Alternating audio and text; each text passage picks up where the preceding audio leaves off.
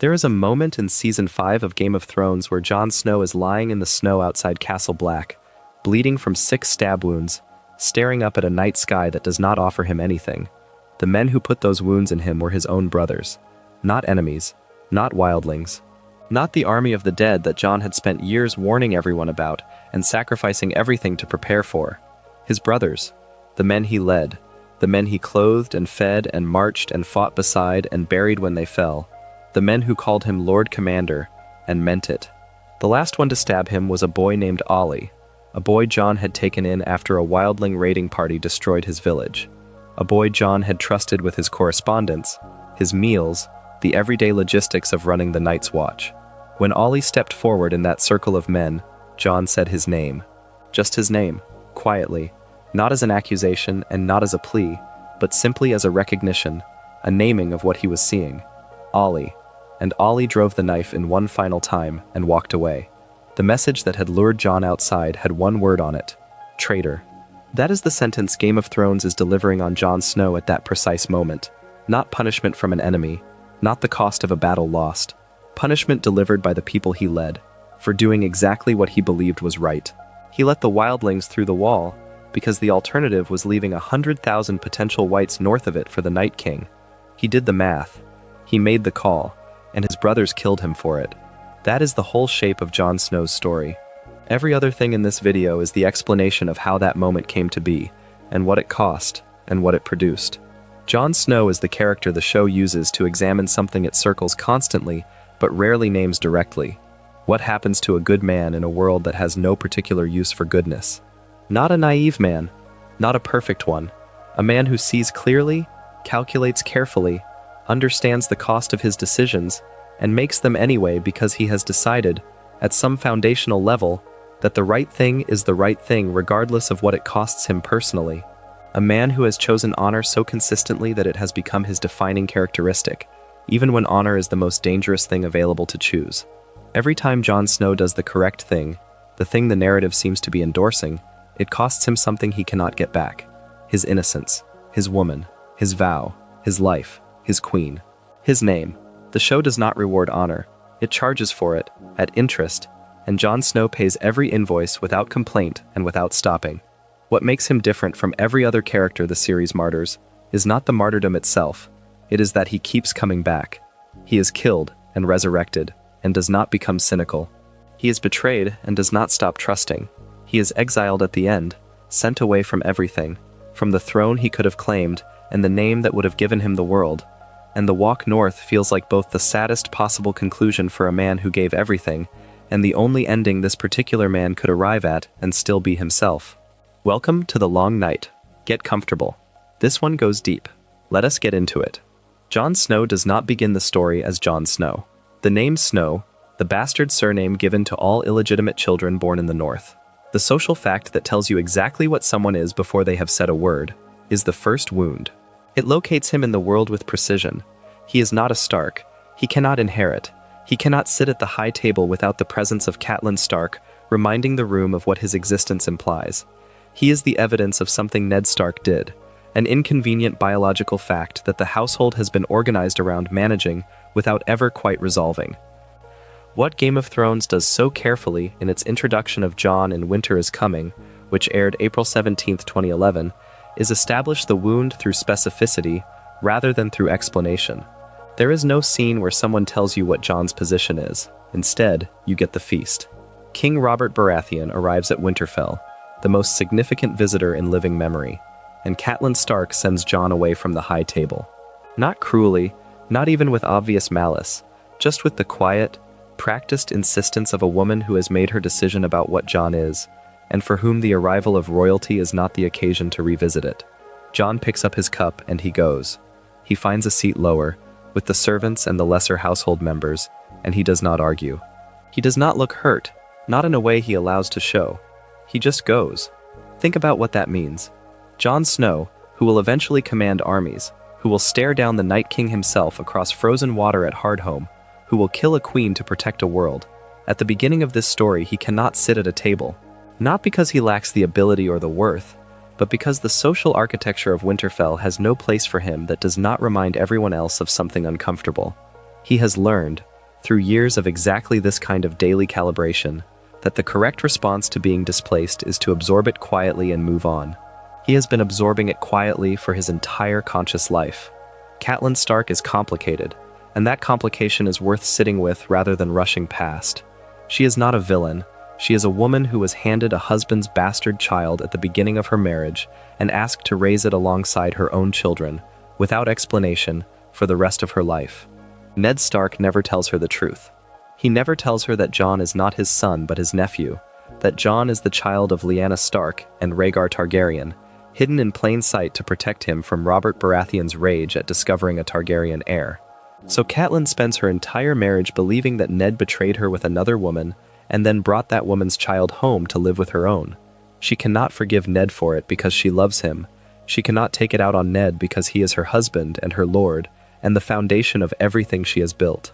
So it comes out in Jon, in the small, consistent coldness she maintains toward him, in the way she speaks about him in The King's Road, which aired April 24, 2011, telling Ned flat out that she cannot pretend to love the boy.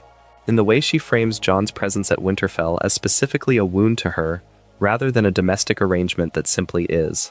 She said once, in that episode, that she made a promise to herself when Jon was first brought home, to treat him as her own. She failed to keep it. She knows this. She names the failure. She cannot correct it. The result of growing up in a household where one of the two most important people looks at you and sees a betrayal, where your presence in a room is a reminder of something painful rather than something welcome, is not bitterness in Jon's case. It is not rebellion or defiance. What it produces is something more persistent and in its way more damaging, a permanent readiness to be sent away, a deep-down understanding that he is the person who gets moved when other people need the space, that he takes up room that could belong to someone with a better claim, that he is, at some cellular level, temporary in every room he occupies. This is not a visible quality in Jon Snow, the way Cersei's pride is visible, or Sansa's politeness is visible. It sits below the surface. You see it in how he moves through spaces, the specific way he makes himself smaller when he does not need to, the way he never quite expects to stay. You see it in his decision to join the Night's Watch, which is the first major choice the show asks him to make. Ned Stark loves Jon. This needs to be established clearly, because the complication of the Stark family's relationship with Jon runs the risk of obscuring it. The love is real and visible throughout Season 1. Ned teaches Jon.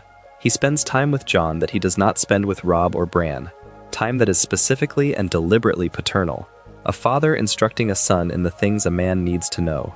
He treats Jon in every way that matters, except the ways that matter most, and the ways that matter most he cannot address without telling the truth, which he cannot tell without endangering Jon's life. When Jon asks about his mother, before leaving for the Wall, in The King's Road, Ned says, "The next time we see each other, we will talk about your mother. I promise." He dies in Baelor, Season 1, Episode 9, which aired June 12, 2011. He is executed in the plaza outside the Great Sept of Baelor in King's Landing, while his daughters watch and the crowd roars. Jon is at Castle Black when it happens, hundreds of miles away, unable to reach him. The promise is never kept. Jon never learns the truth from his father.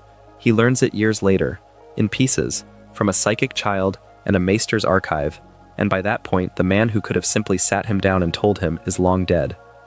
What he eventually learns is that Ned Stark's silence, which felt like protection because it was protection, also kept Jon from understanding who he was and what he was owed. He grew up believing he had no legitimate name when he had the most important name in Westeros. He grew up believing he was expendable when in some sense the entire story of the wars that preceded his birth had been building toward him. He grew up believing the question of his mother was a wound Ned could not address, when the actual answer was that addressing it would have saved Jon but killed everything Ned was trying to protect. This is the foundational wound, not Catelyn's coldness, not the bastard name, not the seat below the high table.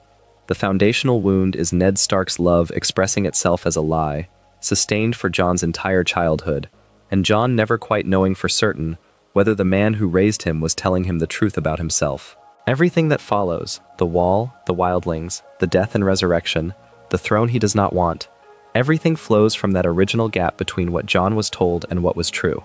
What Jon does with the wound is the first major choice the show presents him with. He could stay at Winterfell. He could find some lesser role within the household, a position that makes use of him without requiring Winterfell to acknowledge what he is, and he could make a life out of that. Some people would.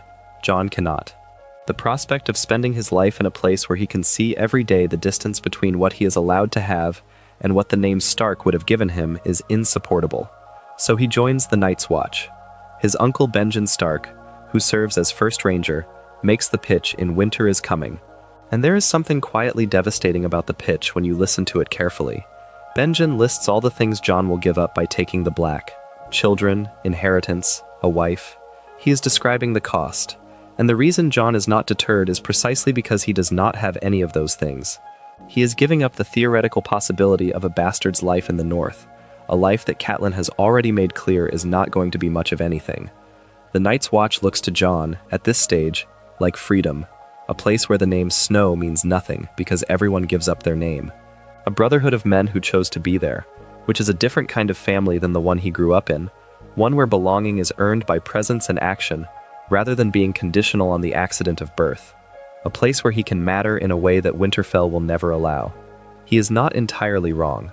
He has no idea what he is walking into. His goodbye to Arya in the King's Road is one of the warmest moments in the first season. He gives her a sword, the sword she will name Needle, light and slim and perfect for a slight girl who wants to learn to fight, and tells her to practice with it. Not to let anyone see. He says she is better than she knows. Think about what he is doing in this scene. Jon Snow, who has been told his whole life what he cannot have and cannot be, turns around in this goodbye and tells his sister exactly the opposite of what the world tells her. He gives her what no one has given him, the direct acknowledgement that she is capable of something the world has decided she is not supposed to do. He sees her the way he was not seen. He is young, and he is already, in this specific and small way, functioning at a moral level above the world that made him. He rides to Castle Black alongside Tyrion Lannister, who is traveling north to look at the Wall. Their conversations across the road are among the series' most revealing early character work. Tyrion tells Jon something that will take years to fully understand. He should never forget what he is, because the world will not. If he accepts what he is rather than fighting the fact of it, he can never be used against himself. Jon hears this as advice about managing the stigma of bastardy. It is actually advice about power. The distinction will not become clear to him for a long time. Castle Black is not what Jon expected. He arrives with a strong sword arm, a noble bearing, and a complete inability to relate to the men he is going to be trained alongside. They are criminals, mostly. Men who chose the Wall over execution or destitution. Men fleeing debts, scandals, crimes they have not been caught for yet. Many of them do not know which end of a sword to hold. Jon spends the first weeks of training putting every one of them on their back in the yard with something very close to contempt, and the training master Alliser Thorne lets him do it. Because Thorne despises Jon Snow from the first, despises the noble blood and the good training and the ease with which Jon makes the Brotherhood look inadequate, and Thorne is smart enough to know that nothing will isolate Jon from the other recruits faster than allowing him to publicly humiliate all of them repeatedly. The thing that breaks Jon of this is Samwell Tarly. There is a scene in Lord Snow, Season 1, Episode 3, which aired May 1st, 2011, where Jon intervenes to stop the other recruits from beating Sam. Sam is soft, he is frightened, he cries easily. He cannot swing a sword effectively. He is the kind of person that institutions like the Night's Watch receive because they take everyone, and who institutional life immediately identifies as the lowest status member available for sport. The recruits have decided this, and are acting on the decision when Jon steps in. He does not do it because anyone asked him to, not because a superior officer ordered it. He does it because he has been the person in the lesser position his whole life, not beaten for it, but looked through, dismissed, moved to the lower seat, sent away at convenient moments. He knows what it feels like to be in a room where your presence is tolerated rather than wanted. Sam Tarly is not Jon Snow. Their situations are not the same, but Jon recognizes the shape of Sam's experience because he has been living inside a version of it for years, and his body is between Sam and the others before he has consciously decided to move. What the friendship between Jon and Sam becomes over the course of the series is one of the structural facts of Game of Thrones that the show counts on without always calling attention to it. It is the one relationship in Jon Snow's story that does not end in loss. Everyone else Jon loves, Ygritte, Mormont, Stannis, in a complicated way, eventually Daenerys, everyone else is taken from him in some form. Sam persists. He is there at the beginning and he is there at the end, and his loyalty to Jon is absolute and unshakable in a way that no other character's loyalty is. He follows Jon into institutional exile without complaint. He tells Jon uncomfortable truths that no one else is willing to say. He is the one who discovers, in the archive at the Citadel in Old Town, the record that establishes Jon's true parentage. He is the one who tells Jon what he is. Sam matters to this story in ways that extend far beyond his role as a friend. He is the witness to all of it. Without him, Jon Snow never learns who he is, and without that knowledge, the final season plays out differently. Sam is not the hero. He is the person who makes the hero's choices possible by ensuring the hero has access to the truth. Maester Aemon shapes Jon in a different register. Aemon is ancient and blind, and speaks with the deliberateness of someone who has lived long enough to have watched most of what people believe turn out to be wrong. He is also, though Jon does not know this until near the end of Aemon's life, a Targaryen. Aemon Targaryen, great uncle to the royal family Jon belongs to, a man who served close to 100 years in the Night's Watch, while his family ruled and fell and burned. He chose the watch over the throne when the crown was offered to him, and then joined the Brotherhood to remove himself permanently from anyone who might use him as a rival. He has been advising Jon about the weight of the Targaryen name, without knowing he was doing it, for years, before either of them understands the connection. In Season 1, when news arrives that Ned Stark has been arrested for treason, Jon is ready to ride south. Every part of him is pointed toward the door. Aemon stops him. He tells Jon a story. He does not say it is his own story, but it is. About a man who watched the people he loved make choices he believed were wrong, and who was bound by his oath to do nothing about it. He describes the specific and unending grief of a person who chose duty and lived, for decades, with the cost of that choice. He describes it with the intimacy of someone who is not speaking theoretically. Jon hears this as wisdom about the Night's Watch. He does not yet know he is hearing a Targaryen describe the weight of the Targaryen name to the last Targaryen alive. He does not know he is receiving counsel from a blood relative. He is just a boy being told that duty and love will always be in conflict, and that the man he wants to become will require him to choose duty, repeatedly, at significant personal cost. He chooses duty. He stays at Castle Black. He watches his father die from a distance. It is the first of many times Jon Snow does the right thing and loses something he cannot recover. There is another thing Aemon gives Jon that is harder to name but equally important. He gives him permission to have been formed by his circumstances without being defined by them. Jon Snow grew up being told what he was by the shape of the household that contained him. Aemon, who grew up a Targaryen prince and chose a different life, and who has spent nearly a century being the person who made that choice, embodies a different possibility. He shows Jon by existing that the category you were born into is not the ceiling of what you can become. He does not say this. He demonstrates it by being who he is, at 100 years old, still sharp and still present, and still engaged with the problem of how to be a good person in a world that makes it difficult. Jon carries this, not consciously, not as a lesson he can articulate, but in the way he moves through subsequent seasons, the way he treats recruits who would be easy to dismiss, the way he extends trust to people who have not yet earned it, the way he makes decisions based on what he believes is right rather than what is institutionally convenient. You can see the influence of this very old, very specific man who chose to keep thinking carefully about how to live even when he had every reason to stop. By the end of Season 1, Jon Snow has received the two objects that will accompany him through the rest of the series.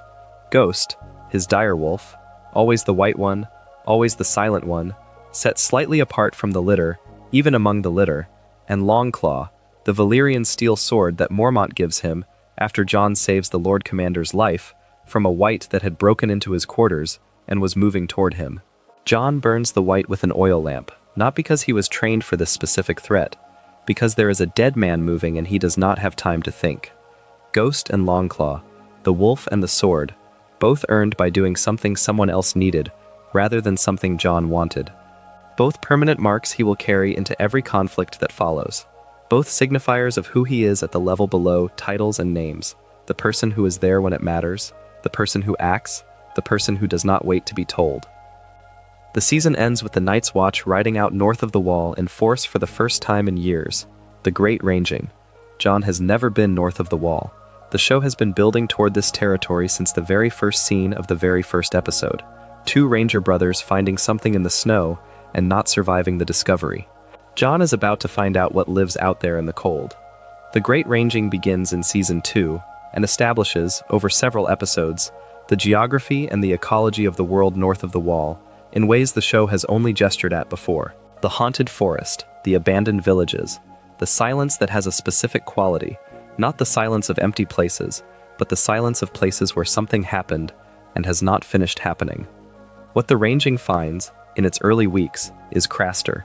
He lives in a keep he built himself, beyond the haunted forest, with his wives, who are also his daughters, and the arrangement of his household is one of the show's more carefully deployed examples of quotidian evil, not theatrical evil. Everyday evil, the kind that has been normalized so thoroughly that the person practicing it cannot imagine why anyone would object.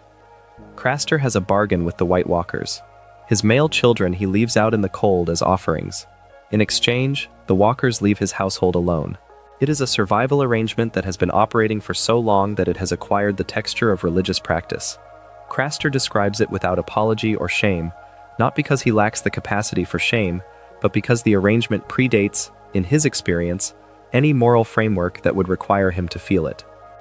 Jon Snow looks at Craster with the specific expression of a person who recognizes the shape of something monstrous without needing it explained to him. He cannot prove what Craster is doing. He has no authority to stop it within the constraints of the Ranging. He cannot act, but he knows. And the knowing, the watching of something clearly wrong while being institutionally prevented from addressing it, is another wound added to the collection of wounds that will eventually define him. There is a through line here that matters for understanding who Jon Snow is. His entire life has consisted of recognizing things that other people around him were not seeing, or were choosing not to see, and being either too junior or too constrained by circumstance to address them. He saw what Catelyn's coldness meant, and could not address it.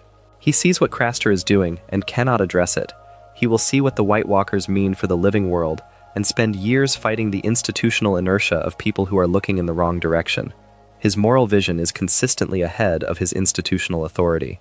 That gap, between what he sees and what he can do, is the engine of his tragedy. Beyond Craster's, the Ranging reaches the Fist of the First Men, an ancient ring fort on a hill, commanding views in every direction, used by the First Men as a stronghold in the age before the wall was built. The Night's Watch makes camp here, and from here, Qhorin Halfhand selects Jon for the scouting mission that will determine the next 2 years of his life. Qhorin Halfhand is a legend, a man so experienced in the terrain north of the Wall that his name carries weight among the free folk themselves. He selects Jon not because Jon is the most experienced ranger, he is not, but because he sees in Jon something that the mission is going to require, someone who can perform a lie so completely that smart, perceptive people will not see through it. The mission is to get ahead of the wildling army and eliminate their scouts before they can relay the Night's Watch position to Mance Rayder. It goes wrong. The team is ambushed and killed in pieces. What is left, when the ambush is over, is Jon Snow and Qhorin, and a wildling woman named Ygritte, who Jon captured instead of killing. He captured her instead of killing her because he could not bring himself to do it. Not because he is soft, Jon Snow is demonstrably not soft, but because killing her in the snow felt wrong in a specific way that he cannot resolve through the logic of military necessity. She had surrendered. She was looking at him. He could not do it. She escapes and is recaptured, and during those hours they talk for the first time. Ygritte is direct in a way that cuts through Jon's defenses with an efficiency he was not prepared for. She sees the performance. She does not call it out exactly. She does not yet know the full truth of what he is, but she presses on the places where it is thin, and the thinness tells her things about who he actually is. Jon notices this. He also notices that she is smarter than he expected, and funnier, and that she says true things with a directness that he has not encountered outside of Aemon and Sam. He does not know what to do with her. When Qhorin and Jon are surrounded by wildlings and Qhorin makes the offer, the instruction to kill him, to give Jon the cover story of a genuine defection, to get Jon inside the wildling army as a spy, Jon accepts it. Not easily, not without understanding what he is agreeing to. He accepts it because Qhorin is right, and Jon Snow, when confronted with a correct analysis of an impossible situation, acts on the analysis. He kills Qhorin Halfhand in Valar Morghulis, Season 2, Episode 10, which aired June 3, 2012, in front of the wildlings, with his own sword. Qhorin goads him into it, says things designed to produce genuine fury, to make the performance of the killing look real to the wildlings watching. Jon kills him. The wildlings take Jon to Mance Rayder. Think about what Jon Snow has just done. He has killed a man who trusted him, a member of the Night's Watch. He has done it deliberately, with full knowledge, and the cover story now requires him to maintain it, to be, in every interaction with every wildling who follows, a man who abandoned his vows for reasons of conscience or self-interest. To inhabit that lie so completely that people who are experienced at reading people cannot see through it. This is the specific psychological cost of the mission. He must act against everything he values in order to protect everything he values. He must lie continuously to people who are going to trust him with their lives, and the lie has to touch something genuinely true inside him or it will not hold. And something genuinely true inside Jon Snow does eventually get touched by the wildlings. That is the part nobody anticipated. The King Beyond the Wall, as introduced in Valar Dohaeris, Season 3, Episode 1, which aired March 31st, 2013, is thoughtful and direct, and has the specific authority of someone who has been right for a long time in conditions where being wrong ends you. He asks Jon why he defected. Jon gives several versions of the answer. Mance cuts through all of them and asks for the truth. Jon says, he saw what happened at the Fist of the First Men. He did see it. The Night's Watch force at the Fist was destroyed by White Walker attack in the Season 2 finale. Jon survived only because he had been sent away on Corran's mission. But he saw the aftermath. He knows what came out of that dark. He tells Mance this not as a cover story, but as the actual truth, dressed in a deflection. Mance hears it. He is one of the few people taking the White Walker threat seriously on the correct grounds. Not prophecy, not politics, but the direct testimony of people who have seen the dead moving. Jon is integrated into the wildling army. What happens to him over the months that follow is one of the more psychologically interesting things the show does, and it does it almost entirely through implication rather than exposition. He is undercover. Every conversation he has with every wildling is built on a lie about who he is and why he is there. He cannot relax.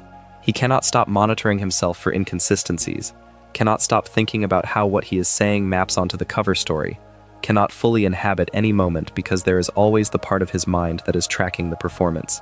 He is living at one remove from his own experience. And yet the wildlings, who have no investment in who he is supposed to be, keep pressing through to the person he actually is. Tormund Giantsbane does not particularly care about Jon's cover story. He cares about whether Jon can fight and whether Jon is someone whose judgment he can trust in the field. Jon can fight and his judgment is sound, and so Tormund treats him accordingly. Not with deference, not with suspicion, with the practical directness of a man who evaluates people by what they demonstrate rather than what they claim. This is the most honest relationship Jon has in Season 3, with the possible exception of Ygritte, and it is honest precisely because Tormund does not know who Jon is supposed to be. He travels with them through the northern landscape, learns their plans, learns the numbers, learns the approach to the wall. He also begins to understand something about the free folk that his training at Castle Black had not prepared him for. They are not raiders for the pleasure of raiding. They are people trying to survive something that everyone south of the wall is treating as a myth. Their aggression toward the north is the aggression of people who have been told they cannot come inside a house while something terrible chases them across the yard. This does not change what Jon is there to do. It does complicate his understanding of why both sides are in this position, and that complication will matter later in ways no one involved can foresee. The Cave is in Kissed by Fire, Season 3, Episode 5, which aired April 28, 2013. A geothermal spring behind a waterfall, warm in the cold, the kind of place that should not exist this close to the wall, but does. Jon breaks his vow of celibacy here. He does it deliberately and with full awareness, and the show frames it not as a moral failing, but as the only human thing he could have done in this specific situation. He is in love. The oath was written by old men for a different kind of man in a different kind of world, and he is not that man, and this is not that world. After the cave, Ygritte tells him she does not ever want to leave. She says it with the clarity of someone who knows they will have to and is naming the wish rather than pretending it can be fulfilled. She says, "Let us stay here. Let this be the whole world for a while." It is the thing people in love say when they know what is coming, and she knows what is coming. She is smarter than Jon about almost everything except the one thing Jon is right about. In The Climb, Season 3, Episode 6, which aired May 5, 2013, the wildling group including Jon and Ygritte scales the wall itself, 300 feet of ice, ascending with picks and crampons, in a group that has done this before and knows exactly how dangerous it is. Partway up, a section of the wall cracks and breaks away. Jon and Ygritte are left hanging on the rope, connected to each other but not to the wall, dangling over 300 feet of open air. Jon is holding them both with one pick driven into the ice. He does not let go. The pick holds. They swing. He does not let go. That is the behavioral read on Jon Snow at this stage of the story, delivered without dialogue. He does not calculate. He holds on. When something he cares about is falling, he holds on. The show does not make a speech out of this. It just shows you what he does. What is coming, after the cave and the climb and the months of traveling together, is the escape, the exposure, the moment when the lie and the truth are going to come apart from each other. In The Reigns of Castamere, Season 3, Episode 9, which aired June 2nd, 2013, the episode famous for the Red Wedding happening simultaneously in a great hall 300 miles south, Jon Snow refuses to kill an innocent man to prove his loyalty to the wildlings. He fights Orell the Warg, who has suspected him from the beginning, and whose raven eyes have been watching Jon the whole journey. He escapes on horseback toward Castle Black, and Ygritte, who had an arrow knocked and drawn and aimed, does not put it through his chest. She shoots him in the leg. 3 times, she could have killed him. The distance was nothing. Her aim is exact. She shoots him in the leg 3 times and lets him ride away. That choice, that specific decision to wound rather than kill, is the whole emotional map of how Ygritte felt about Jon Snow, delivered in about 3 seconds of action, and without a word of dialogue. The show does not slow down for it. It does not add music. It just shows you what she does, and trusts that you can read it. Jon rides to Castle Black bleeding and alone. He has completed the mission. He knows the wildlings' plans and numbers and approach. He has accomplished exactly what Qhorin Halfhand died to make possible. He has also destroyed the first relationship he has ever had that felt like an accurate description of who he actually was. He carries that. There is something worth sitting with in the specific architecture of what Jon Snow loses when Ygritte dies. He does not lose just a person he loved. He loses the only version of himself he has ever been able to be fully in the presence of another human being. Among the wildlings, Jon Snow had to be a lie. He was undercover. He could not tell the full truth of who he was and why he was there. But somehow, inside the lie, with Ygritte, something real emerged. She called out the places where the performance was thin, and what was underneath the performance was who he actually was. She saw that, she responded to it, and the relationship they built was between her real self and his real self, even though the architecture of the situation was built on deception. What this means is that Ygritte saw Jon Snow more clearly than almost anyone who knew him by his actual name. She did not know he was Night's Watch. She did not know his mission. But she knew what he was like when he laughed, and what he was like when he was uncertain, and what he was like when he was trying to be tough about something that was actually hard for him. She knew him in the way you know someone when you have been sleeping next to them in the cold and arguing with them about everything, and watching them make choices in situations where the stakes are immediate and real. He rides back to Castle Black carrying that, and what he does with it, what he does with the knowledge of what it means to be truly seen by someone, is one of the quieter threads in the rest of the series. He does not talk about it. He does not perform grief about it. He goes back to his work. He gets quieter. He proposes the mission to Craster's Keep within days of returning, because stillness with that knowledge is unbearable, and because the institutional justification is genuine.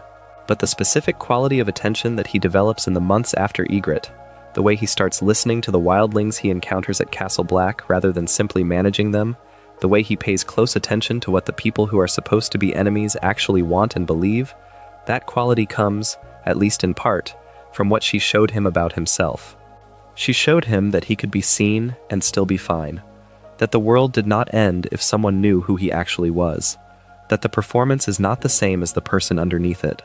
He had been carrying himself carefully, as if he would break if someone pressed too hard on the surface, since he was old enough to understand what he was in relation to the Starks.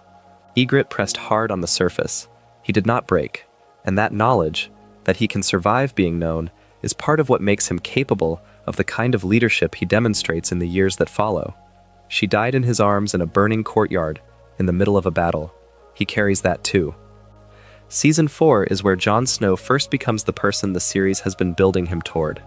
The missions of Seasons 2 and 3 were formative, giving him the experience and the understanding that the later seasons will require. Season 4 is the test of whether the formation held. It begins in the shadow of loss. Ygritte is out there somewhere with a raiding party. Jon knows this. He proposes the mission to Craster's Keep because the institutional reason is real, the mutineers who killed Lord Commander Mormont there, during a revolt in And Now His Watch Is Ended, Season 3, Episode 4, which aired April 21, 2013, are a security risk. If Mance's scouts capture and question them, they will give up everything they know about Castle Black. Jon cannot allow that. The mission in Oathkeeper, Season 4, Episode 4, which aired April 27, 2014, succeeds. The mutineers are killed. Carl Tanner, who led the coup and has been running Craster's Keep with systematic cruelty in the weeks since, dies on Jon's sword in close, ugly combat. The sequence reveals something precise about Jon's relationship with violence. It is purposeful, contained, and complete when completion is called for. He is not brutal. He does not perform. He finishes it and moves on. The wildling army is in motion. Mance has put the plan Jon learned about in Season 3 into action. The attack will come from two directions, and in The Watchers on the Wall, Season 4, Episode 9, which aired June 8, 2014, the battle comes. It comes from two directions, as expected. Mance's main army attacks the southern gate of Castle Black from outside. A second force, raiders who had already crossed the wall further east, attacks from the north. The Night's Watch has 700 men, and the position requires several thousand. Jon assumes command when Alliser Thorne is wounded and Slynt proves himself useless. There is a famous continuous shot during the castle yard sequence, the camera moving through the chaos of the battle without cutting for over a minute, that follows the fight at ground level. What it shows you is not a heroic action sequence, but something more honest. People trying to survive in a small, cluttered space, with fire and steel and screaming, in the dark, with no clear sense of what is happening 20 feet in any direction. Jon is visible periodically, doing what needs doing. The shot is about the totality of the thing, rather than the individual within it. The show is being precise about what a battle actually is. Jon kills Styr, the Magnar of Thenn, in close combat that is visceral and ugly. It is not a duel between equals. It is two men hitting each other as hard as they can until one of them stops. Jon does not look triumphant when it ends. He looks like someone who just survived something and is already trying to determine what comes next. Something else happens in the tunnel beneath the wall during the battle that the show does not emphasize but that is worth naming. A giant breaks through the outer gate and begins moving toward the inner one, and Grenn, one of the recruits from Season 1, one of the men Jon looked down on initially and came to consider a brother, leads a small group of men to hold the inner gate against the giant. The giant kills them all. The gate holds. The show does not give Grenn a speech, or a close-up, or a dramatic send-off. It shows you the aftermath.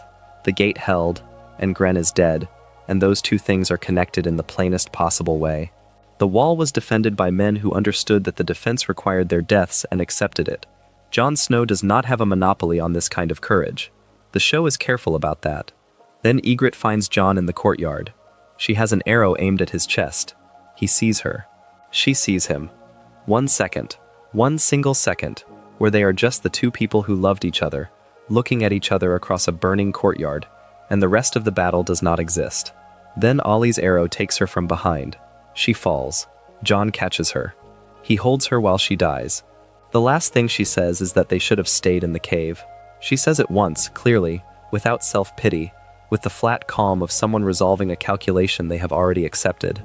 Not, I love you. Not, I hate you for leaving. Just, we should have stayed. We had the chance and we did not take it, and this is what followed. Then she is gone. Jon Snow knows she is right. He has always known she is right.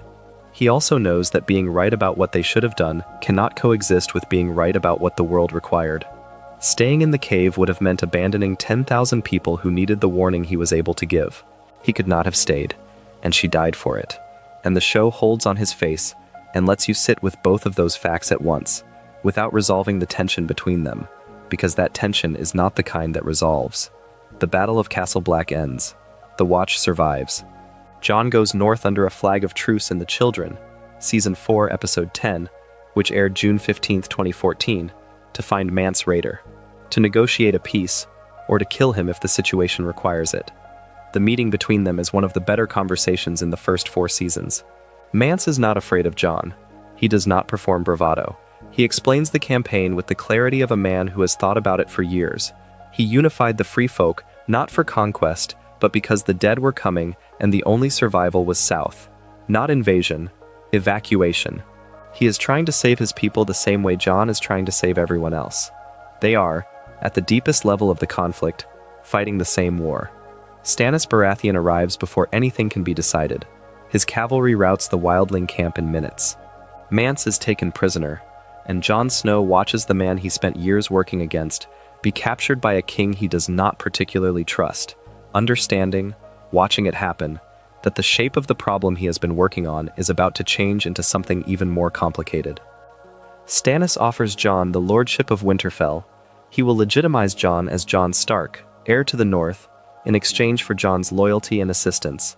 It is everything Jon has wanted since childhood, the name he was born without, the inheritance he could never claim.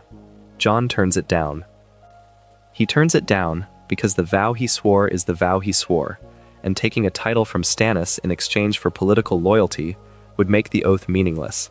And if the oath is meaningless, then everything he has spent 3 years defending was theater. He cannot make that calculation work. Then the Night's Watch elects him Lord Commander. Sam Tarly nominates him in a piece of political maneuvering that is one of the quieter triumphs of the early seasons. Sam, who is not supposed to be good at politics, and who turns out to be exactly good enough at it when the stakes are highest, stands up in the assembly and makes the case. The brothers look at Jon and decide Sam is right. Jon wins by a narrow margin. He gets what he actually wanted. Not the name, not Winterfell, the respect of the men he serves, earned through what he has done, in the only institution in Westeros where merit is the only currency. There is a scene just after the election where Jon is alone for a moment before the others come to congratulate him, and the show holds on his face. He looks the way a person looks when something they have worked toward has arrived, and they are in the process of understanding that having the thing is not the same as wanting it. He wanted to matter. He wanted to be seen. He wanted the recognition of the people he works alongside. He has all of that now. What he has not fully accounted for is that having it means being the person everyone looks to when the decision is hard. It means being the person who gets blamed when the decision goes wrong. It means having no one to share the weight with, because the Lord Commander is the Lord Commander, and that specific position is permanently alone in a way that no other position in the Watch is. The very next decision he makes in the role, the wildling policy, the bringing of the free folk through the wall, is also the most consequential decision of his tenure, and the one that eventually kills him. He does not make it lightly. He does not make it without understanding the political cost. He makes it because it is the correct thing to do, which is the same reason he has made every significant decision in his life. There is a version of Jon Snow's story where he reaches this point, Lord Commander, the recognition of his brothers, the actual authority to do what he believes needs doing, and the story calls it a victory.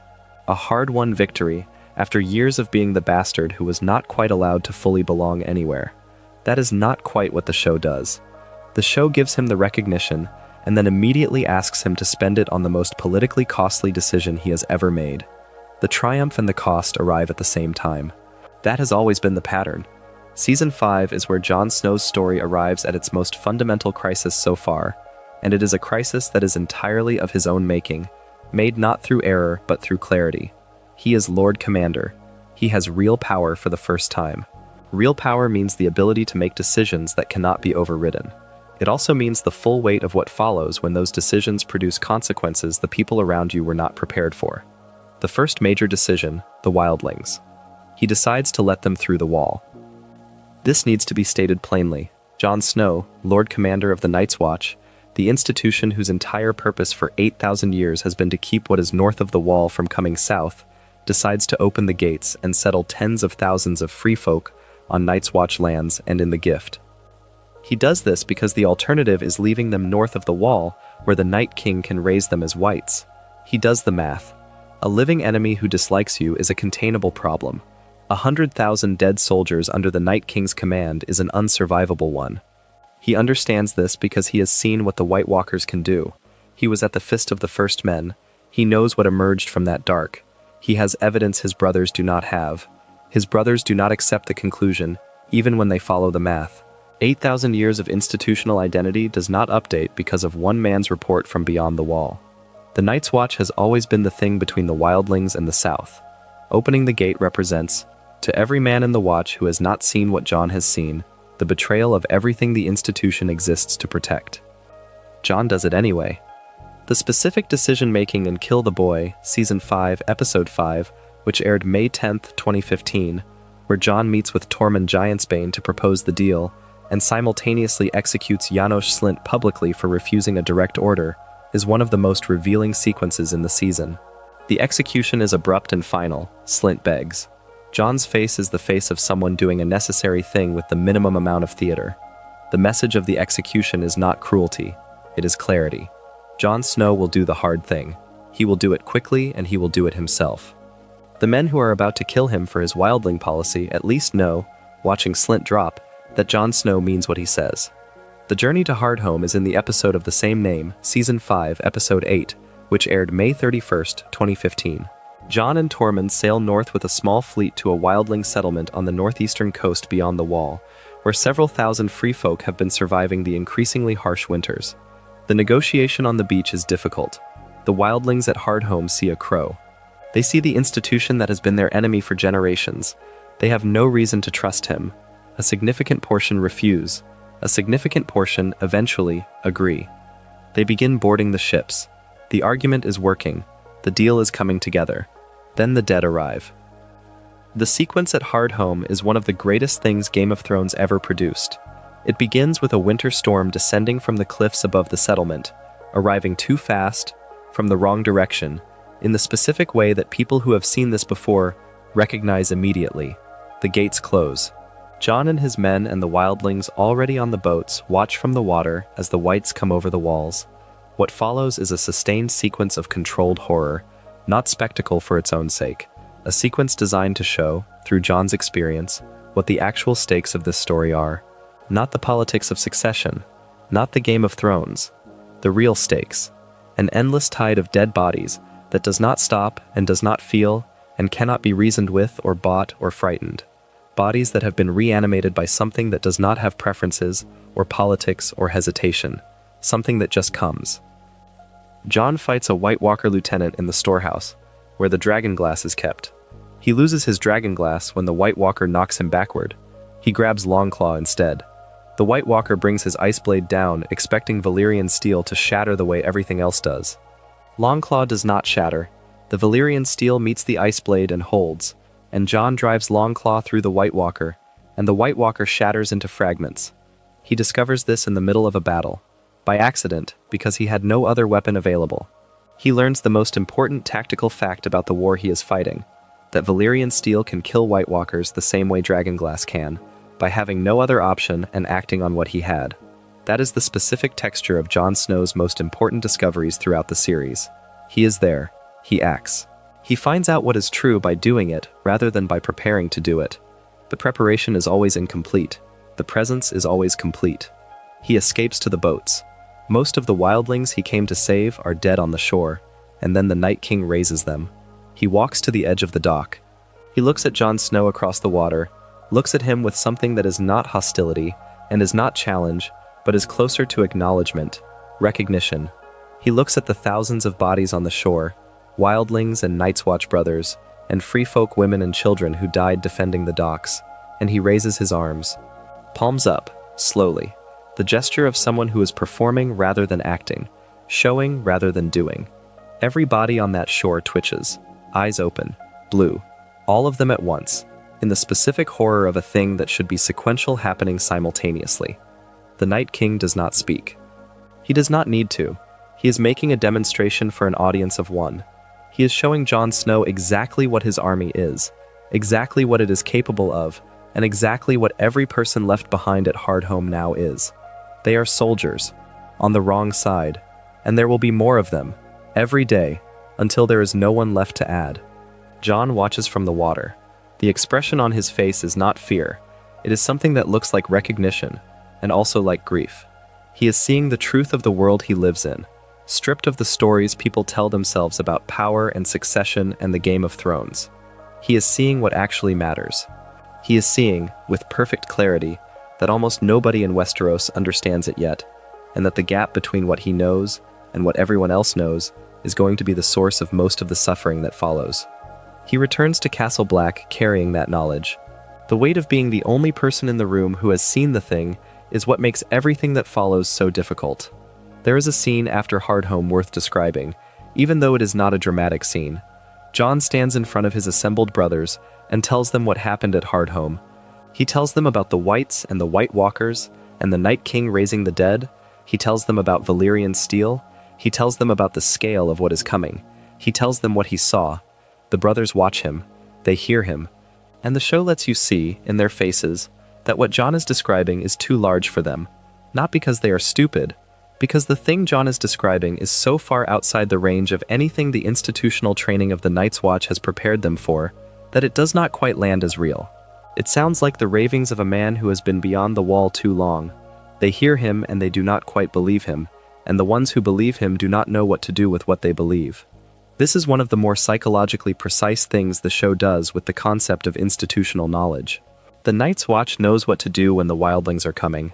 It has protocols for raids, for ranging, for diplomatic communication with the free folk, for managing the logistics of the wall. It does not have a protocol for the Night King. The Night King is not a problem that fits inside any of the categories the institution was built to address.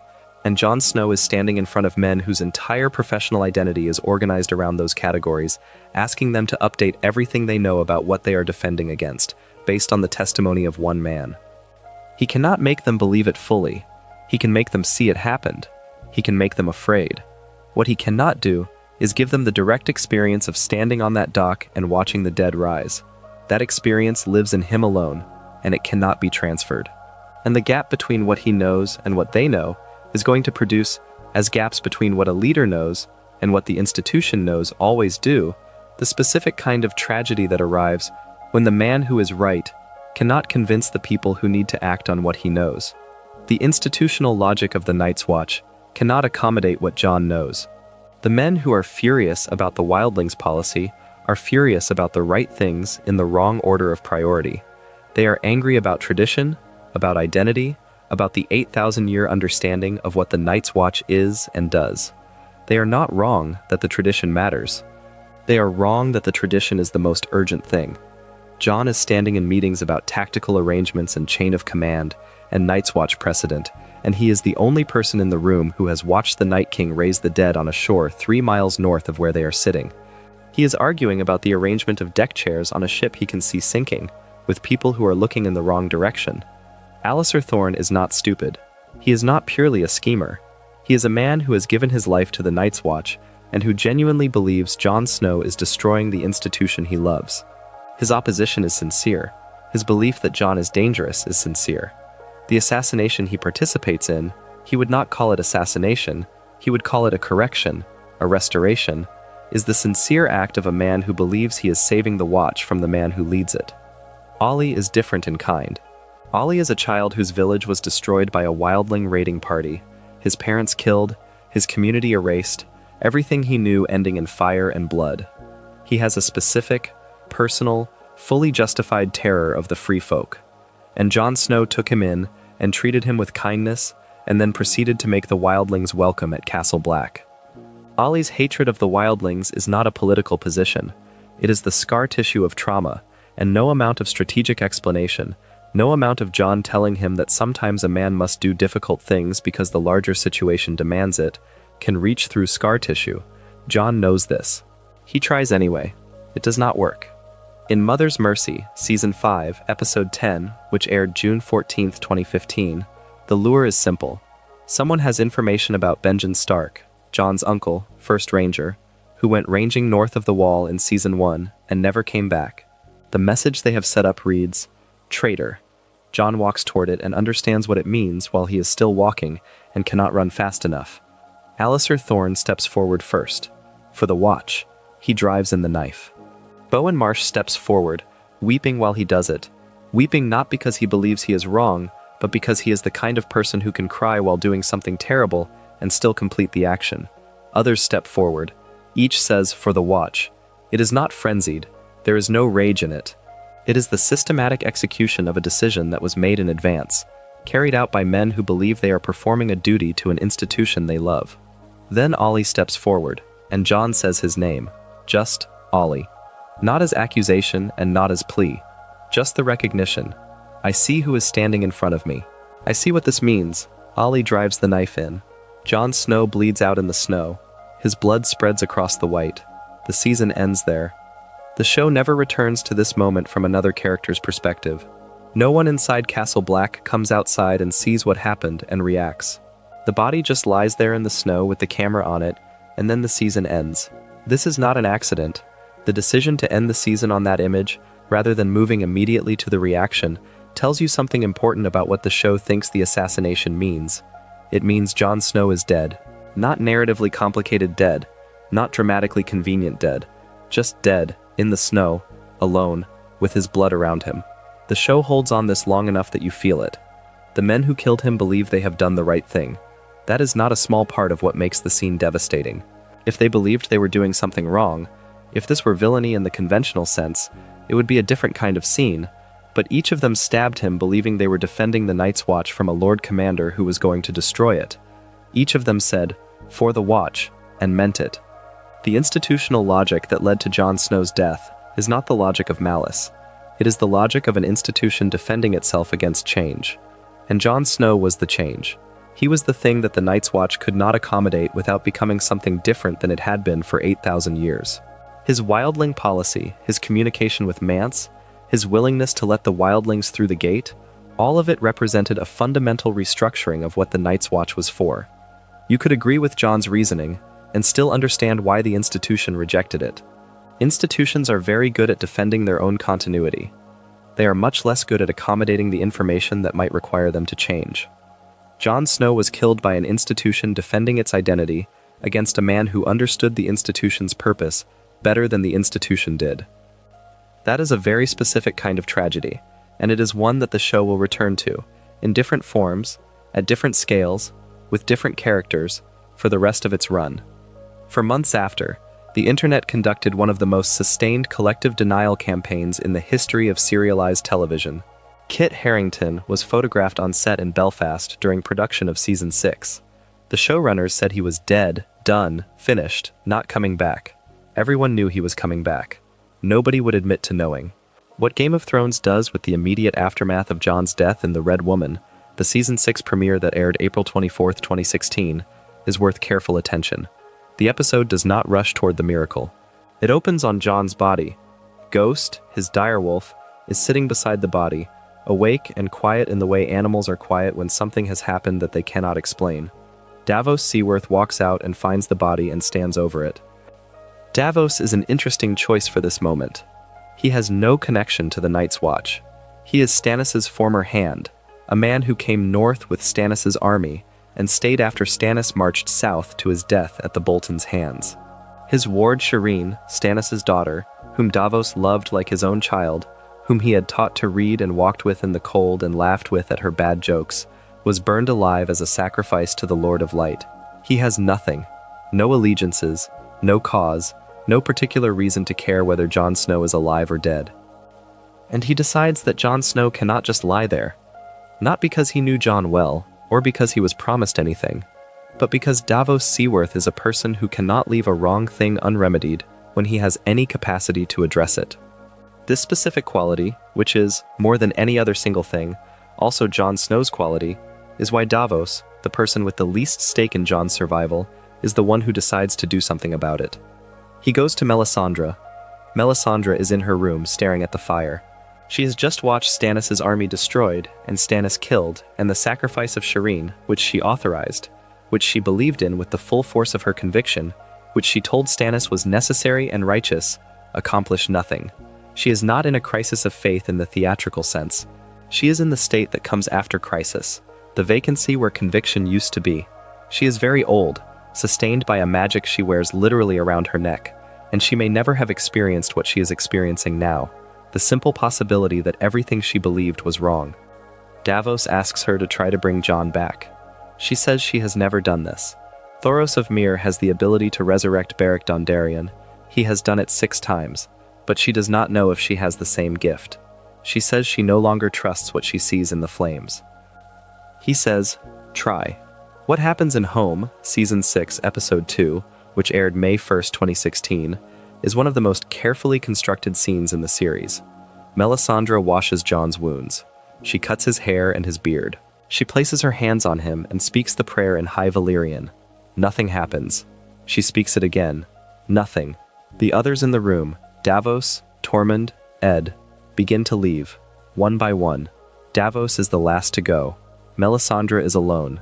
She says the prayer one final time, not loudly, not with ceremony, just the words, spoken by a person who is not sure they mean anything anymore, because she is not sure she means anything anymore. Nothing happens. She leaves. Ghost, who has been asleep in the corner, lifts his head.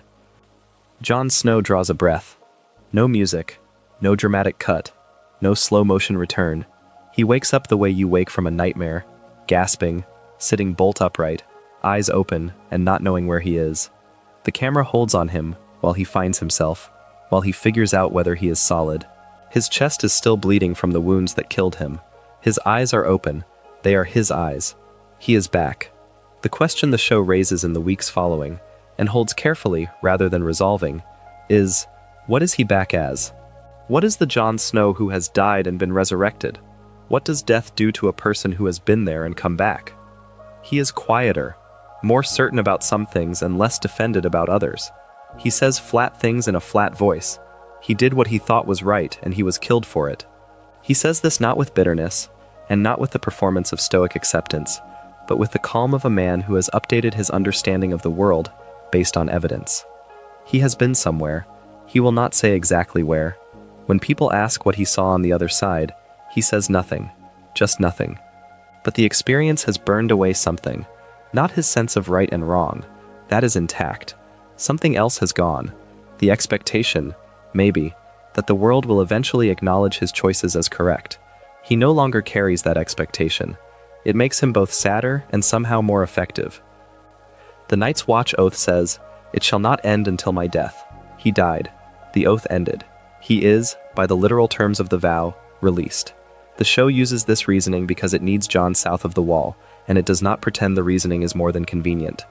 But it is also, in the logic of this specific character, true in the way that matters. Jon Snow does not decide the vow was meaningless. He decides it was complete. This matters because it tells you something about how Jon Snow processes the events of his life. He does not rationalize. He does not find reasons to do what he wants to do and dress them up as principle. When he stayed at Castle Black after Ned's death, he stayed because the vow said stay, and he believed in the vow. When he leaves Castle Black after his resurrection, he leaves because the vow said it ends at his death, and it ended. He treats the oath as a real thing with real terms, not as a flexible framework he can reinterpret when it becomes inconvenient. This is both his greatest strength and the source of most of his suffering. A person with a more flexible relationship to principle would find ways to do what they want while maintaining the performance of integrity. Jon cannot do this. The principle is the principle. The vow is the vow. The cost is the cost. He pays it. What he is after the resurrection, quieter, more certain, less defended, reflects the specific experience of having been somewhere and come back. He does not elaborate on what he saw on the other side of death. He says, when pressed, that there was nothing, just nothing. No gods, no judgment, no continuation, just the absence of being. He says this, without particular distress, the way you describe a place you visited that was smaller and more ordinary than you expected. Just nothing. This is, if you accept it at face value, one of the most important pieces of information in the show. Jon Snow has been dead. He has seen what comes after, and what he reports is nothing. Not fire and blood, not the Lord of Light, not whatever cosmological reward the faithful might hope for. Nothing. And he comes back from that nothing and continues to make the same choices he made before, based on the same values, for the same reasons. He does the right thing, not because he believes it will be rewarded. He does it because it is right. The nothing did not change that. In Oathbreaker, Season 6, Episode 3, which aired May 8, 2016, he hangs the men who killed him. Alliser Thorne, Bowen Marsh, Othel Yarwick, Olly. He cuts the ropes himself. The show does not give him a speech. He watches them drop, and the expression on his face is the expression of a man removing an obstacle. Then he takes off his Lord Commander's cloak and hands it to Ed and walks through the gate. Whatever comes next will come from somewhere other than the institution that killed him. What comes next is Sansa. The reunion between Jon and Sansa in Book of the Stranger, Season 6, Episode 4, which aired May 15, 2016, is one of the more genuinely moving scenes in the later seasons. They were never close, Jon the Bastard, Sansa the eldest trueborn daughter, their lives overlapping without especially intersecting, and yet they hold each other for a long time in that courtyard, and then they cry. Because they are the only Starks they have found. Because everything each of them has survived, which, between the two of them, is almost more than the mind can hold, is present in that embrace, without needing to be named. Sansa brings the news about Ramsay Bolton, about Rickon, about Winterfell. She wants Jon to lead the fight to take it back. Jon does not want to fight. He is sitting by a fire, and he looks tired, in a way that is different from physical exhaustion, the weariness of a man who has been required to care about outcomes for longer than he has the capacity to sustain them. He says he has been fighting his whole life. He says he is tired. Sansa will not accept this. This is not the Sansa of Season 1 who wept at the sight of blood. This is someone who has been through the kind of experience that either destroys a person or transforms them into something that cannot be destroyed, and who has chosen transformation. She says it with the cold clarity of someone who has decided what she is. The North is their home. Ramsay is going to kill Rickon. They have to go. Jon looks at her and sees the truth. He goes. The March on Winterfell is a study in political frustration. They visit northern houses calling in the old loyalty to Stark. Most of them hedge. House Glover refuses outright. House Mormont commits 60 men and the complete moral authority of 12-year-old Lyanna Mormont, whose authority turns out to be more significant than her age or her army suggest. Tormund brings the wildlings. The total force is too small and everyone knows it. Jon knows it and goes anyway. The alternative, leaving Rickon with Ramsay, leaving Winterfell in Bolton hands, spending the rest of his life as a man who knew what was right and did not do it, is not a life he can sustain. The morning of Battle of the Bastards, Season 6, Episode 9, which aired June 19, 2016, Ramsay Bolton releases Rickon Stark into the open field and tells him to run. He says if Rickon reaches the other side, he lives. Rickon runs. Jon Snow knows, watching Rickon run in a straight line, that this is a trap within a game. There is no version of this where Ramsay lets Rickon live. The whole performance is designed to produce what it produces. Jon spurring his horse into the open, alone, toward the full Bolton army, driven by the same quality that makes him a great leader and a disastrous tactical thinker in moments of grief and fury. He cannot watch his brother die without making the attempt. Rickon is shot through with an arrow seconds before Jon's outstretched hand could have reached him. Jon Snow, shattered, charges the entire Bolton army alone. This image, one man on a horse, riding full speed at a line of armed cavalry with no backup and no plan, is the defining image of the battle, and one of the defining images of the series. He is not brave here. He is not strategic. He has been broken open by Rickon's death, and what grief and fury produce, when there is no rational way to address either, is exactly this: the action that looks like courage from the outside, and feels from the inside like the absence of any alternative. His army comes in behind him, the battle joins, and then Ramsay's trap closes. The Bolton infantry advances from three sides, shield wall, locked together with no gaps. Jon's men are contained between the closing walls and a mound of their own dead that Ramsay has arranged as a barrier. Men die. Men are crushed by the bodies pressing in from behind, while the shield wall holds them at the front. The circle tightens. Jon is pushed under the surface by the weight of bodies and fights his way back up and gasps air, and can see clearly that they are going to lose. The Knights of the Vale arrive. Sansa arranged it. She was in contact with Petyr Baelish without telling Jon. She made the deal that Jon would not make and did not know was being made. The Vale cavalry rolls up Ramsay's flanks. The formation breaks in minutes. Jon pursues Ramsay into Winterfell. He breaks through Ramsay's shield with Longclaw and beats him to the ground with his bare hands. He beats him past the point where Ramsay can fight back, past the point where it is about stopping a threat, into a place that is about something else, about Rickon, about the performance on the field, about every specific cruelty Ramsay has delivered to the people Jon cares about. He is still beating him when he sees Sansa watching from the walls. He stops himself from killing him because of Sansa. That is the behavioral read. Not because he decided Ramsay deserved to live. Not because he had a principled opposition to execution. Because he saw Sansa and understood that this decision belonged to her, not to him. He steps back. He leaves Ramsay for Sansa. Sansa feeds him to his own dogs. The scene of Ramsay's death is one of the more thoughtful things the show does with consequence in the later seasons. It is not triumphant. It is not cathartic in the way that clean victories are cathartic. Sansa watches Ramsay be killed by his dogs with the expression of a woman who is checking something off a list. Not because she does not feel it, but because feeling it would require her to be softer than she currently is, and she cannot afford to be softer than she currently is. The show does not give her a speech about justice or closure. It just holds on her face while it happens, and lets you read whatever is there. In the Great Hall of Winterfell, Lyanna Mormont stands up and names Jon Snow, the White Wolf, the King in the North. The hall takes it up. Jon holds this moment with the expression of a man being handed a heavy thing that he already knows is going to be difficult to carry. The declaration is worth looking at carefully, because what is happening in that hall is politically unusual. Jon Snow is not the biological heir to Winterfell. He is not even, at this moment, a true-born Stark. That truth is years away from being revealed. He is a bastard leading an army that includes wildlings, winning a title from lords who have every historical reason to distrust the claim. The declaration is the North choosing him, not because of his blood, but because of what he has demonstrated. The Night's Watch elected him for the same reason. This is the recurring pattern of Jon Snow's life. The title always comes from what he does, never from what he is, because what he is has always been contested. There is something Jon does not say in that hall that would be very easy to say. He does not say, "I know who I actually am." He does not say, "The name you are giving me is not the name I was born with, and the man you are declaring for is not quite the man you think you are declaring for." He does not say any of this, because the truth is not his to tell yet.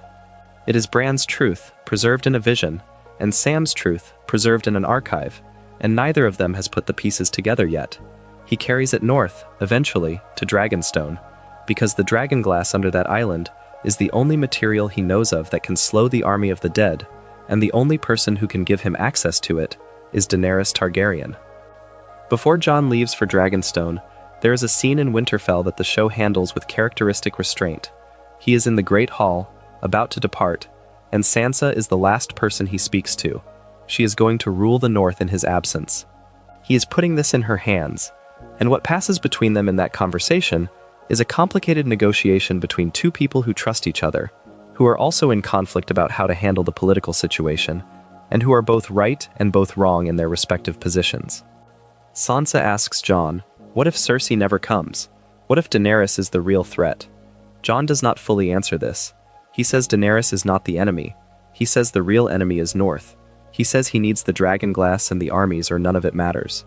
He is right about all of this. What he does not adequately account for, in this conversation and in the months that follow, is Sansa's read on Daenerys, a read that will turn out to be more accurate than Jon's. He is bad at being suspicious of people he has decided to trust. This is not a flaw exactly.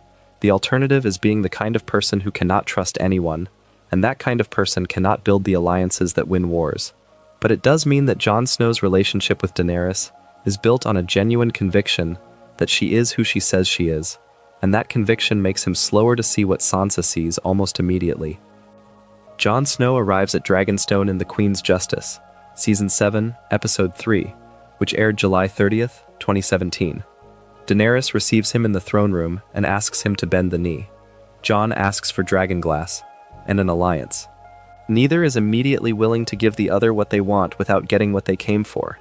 They sit in the Great Hall and argue with intelligence and stubbornness from both sides, and the show does not make either of them look obviously right, because neither of them is. Daenerys' position is rational. Bend the knee, a political gesture that costs nothing in material terms but establishes the order of their alliance. Jon's position is also rational. Bending the knee to Daenerys would be a betrayal of the Northern Lords who named him king without their consent. Two correct positions in direct conflict. What breaks the standoff is the cave beneath Dragonstone, where the children of the forest left carvings in obsidian thousands of years ago, images of humans and the children fighting together against the White Walkers. Evidence that the Long Night is not a legend, that this has happened before. Daenerys looks at the carvings. She accepts the evidence. She says she will fight alongside him against the dead. If he bends the knee, he bends the knee. He does it because it is the correct thing to do, and because he is Jon Snow. The cost is the trust of the Northern Lords. That is the price. He pays it. There is a version of the Jon-Daenerys relationship that the internet decided to be cynical about, because the show moved quickly, because the setup was compressed into 7 episodes, because the finale of Season 7 felt rushed in ways the earlier seasons did not. That cynicism is understandable, but it misses something real about what the show was doing with these two specific people. Jon Snow and Daenerys Targaryen are the only 2 characters in Game of Thrones who have both experienced the following: leading people who had no particular reason to trust them, watching those people die for them, making the decision to sacrifice political capital for the sake of doing what was right, and being punished for that decision before eventually being vindicated. They are the only 2 people in the story who understand, from direct and specific experience, what it costs to be the person who says the difficult true thing and fights for it against institutional resistance. This is not nothing. This is, in fact, the most they have in common with any other person in the story. Nobody else in Westeros has that exact combination of experiences. Not Sansa, not Tyrion, not Cersei. Jon and Daenerys meet as strangers and find, surprisingly quickly, that they are speaking a language the other understands. It does not look like falling in love. It looks like recognition. Something develops between Jon and Daenerys in Season 7 that the show tracks with more care than the discourse around it usually acknowledges. It begins as professional respect between 2 people who recognize in each other a specific quality, the willingness to sacrifice for something larger than themselves. It deepens through what each of them reveals to the other in the weeks at Dragonstone: his conviction, her struggle with the isolation of command, their shared experience of being dismissed by people who held power and being proven right by the world. In Beyond the Wall, Season 7, Episode 6, which aired August 20th, 2017, Jon leads an expedition north of the Wall to capture a white as proof of the army of the dead. The expedition goes wrong. Jon is left behind as the others escape. Daenerys comes north with her dragons to rescue him. She loses Viserion. The Night King brings down one of her dragons with an ice spear, the first time she has ever lost one of her children. The first time someone has demonstrated the ability to actually hurt her where she is most vulnerable. She watches Viserion fall into the frozen lake, and she understands, watching it, that this war is real, and the enemy is real, and the cost is going to be specific and personal in a way she had not fully processed before. Jon's half-frozen body is pulled from the water. She sits beside him while he recovers on the ship.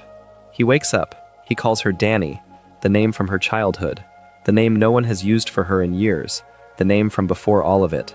She tells him not to. He apologizes. She says, "Do not apologize. It is almost too much to say." He swears fealty to her. He calls her his queen. He does not do this as a performance. He has bent the knee. He has accepted what she is. He is telling her that the political gesture was also, somewhere in there, true.